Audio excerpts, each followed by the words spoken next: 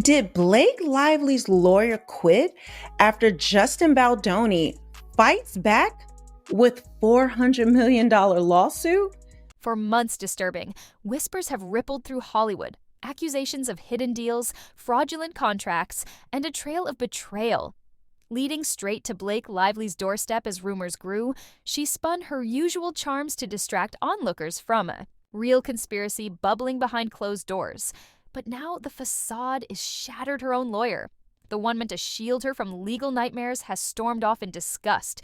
No more denials, no more evasions. Year ago had already pissed a lot of people off because they thought that she was too old for the role, that she wasn't right for the role. But hey, you know what? It's her movie, it's her money. However, it really wasn't her movie from the start. The truth is far darker than anyone ever imagined. Reports claim she manipulated critical Marvel negotiations, stringing along industry giants while pocketing massive sums behind her practice.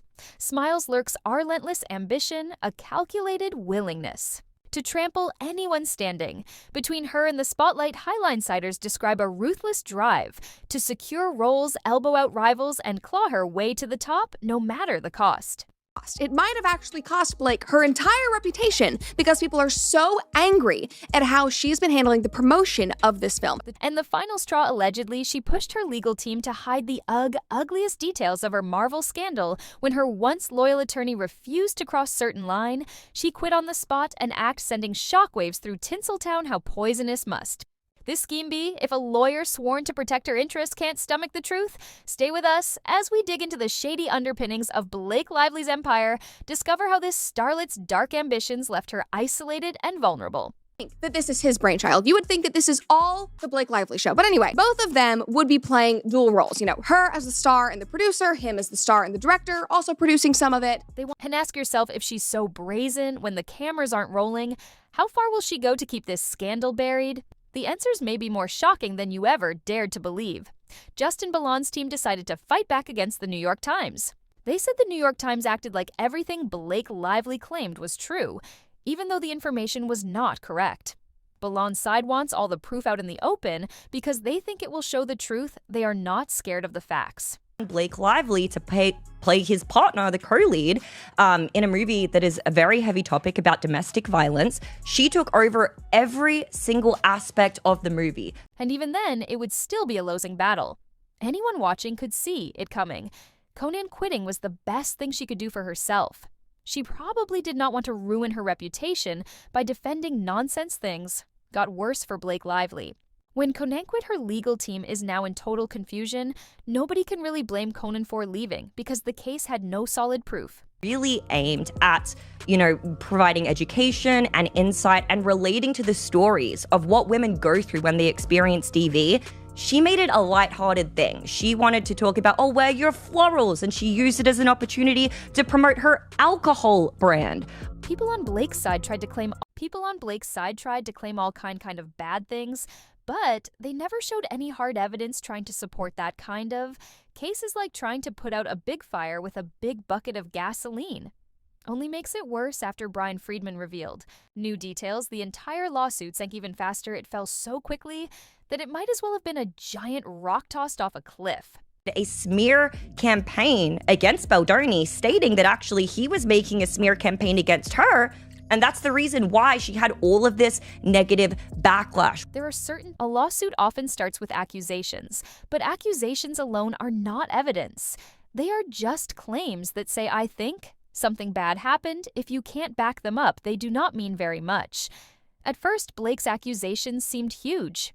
She was talking about body shaming and trouble with breastfeeding. People might have felt sorry for her because those subjects usually get public sympathy. But then everyone saw the Blake had zero proof, nothing at all that showed any real wrongdoing by Justin Baldoni.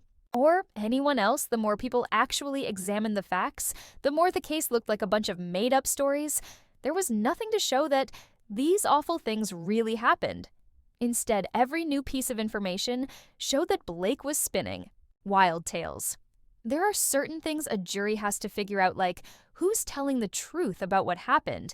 Those are facts that must be tested. In court, the law itself is not as tricky. Here is figuring out if the accusations are backed up by real proof, because these are factual questions. It means a jury should handle them in a normal trial. The law says that if real facts are in dispute, it is often best to let a jury decide who is telling the truth. He walked in on her breastfeeding. She said things like he chastised her for her weight. All of this has been debunked by the text messages provided by Baldoni. This is not a bench trial where only a judge decides it's a full jury trial. So evidence actually matters, but once Ballon's team dug deeper, they discovered that Blake had no leg to stand on, no emails, no text messages, no paperwork, nothing that supported her side. The more her lawyers tried to defend her, the weaker the story got. It was like stepping into quicksand. Everything was so shaky that no one could honestly believe her claims. That was not bad enough. Blake's public relations team played a big part in all of this drama. While they pretended they cared about justice, they were really focused on protecting Blake's image. They pushed Conan and anyone else on the legal team to keep fighting, even though there was no proof for Blake's story. They wanted to keep trying to sway public opinion. The truth did not matter much to them, as long as the public was on Blake's side. It was all about crafting a story that would make her look like a victim, but a courtroom is very different from Instagram or a magazine interview. Courts need facts, not allow statements and social media posts. No matter how many times Blake's team repeated the accusations in the news, the judges and lawyers kept saying, "Show us real evidence." Things reached a boiling point when Baldwin's team came out with a 170-page document of texts and emails. This big release showed that Blake did not have a strong case. Even worse, it suggested that she was the one acting aggressively behind the scenes, not Balloni. Then out of nowhere, Taylor Slip is not going to back this law, so Come into my trailer. Let's go ahead and run some lines. I saw it. One of the other conditions, she said, we need to have an intimacy coordinator on set because I'm not comfortable with being close with you. Blake's public relations. There's nobody, no matter how many friends they have in Wood, that's going to be willing to just burn money to come to the aid of their jealous friend. That's not happening. Justin Ballon's team slapped her with a $400 million lawsuit, claiming she lied about him in Wayfair Studios. They also went after the New York Times, saying the paper took her side without checking the facts. The release of evidence was like a bomb going off. Suddenly everything Blake said about Esh and body shaming looked like a pile of fake stories. It all vanished under the weight of real documents that told a much different story. According to Baldwin's side, a person named Nathan helped put together a group that could shape social media discourse, possibly to reveal the truth about how certain narratives were spread online. This group could force entire social accounts offline, start rumor threads, and generally push a story to make it sound more believable. However, the truly mind-boggling part was that so many of Blake's claims were simply made up as soon as the actual evidence it showed. She seemed to be the real villain.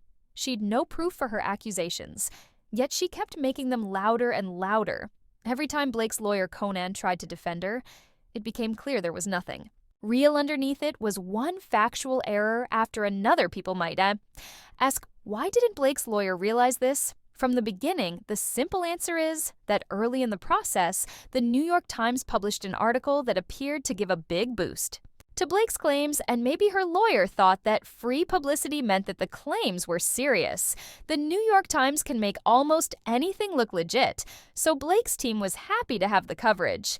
But that coverage was a false sense of victory, because it did not change the fact that there was no proof. The Times article titled, "We Can Bury Anyone Inside," Hollywood's smear machine, made it seem like they had done a thorough investigation. But according to Justin Ballon's attorney, Brian Fredman, Views of her that weren't even really relevant at all to the movie, but they're just highlighting this is a mean girl. This isn't a good person. that article was packed with bias, making Blake's claims sound like proven facts.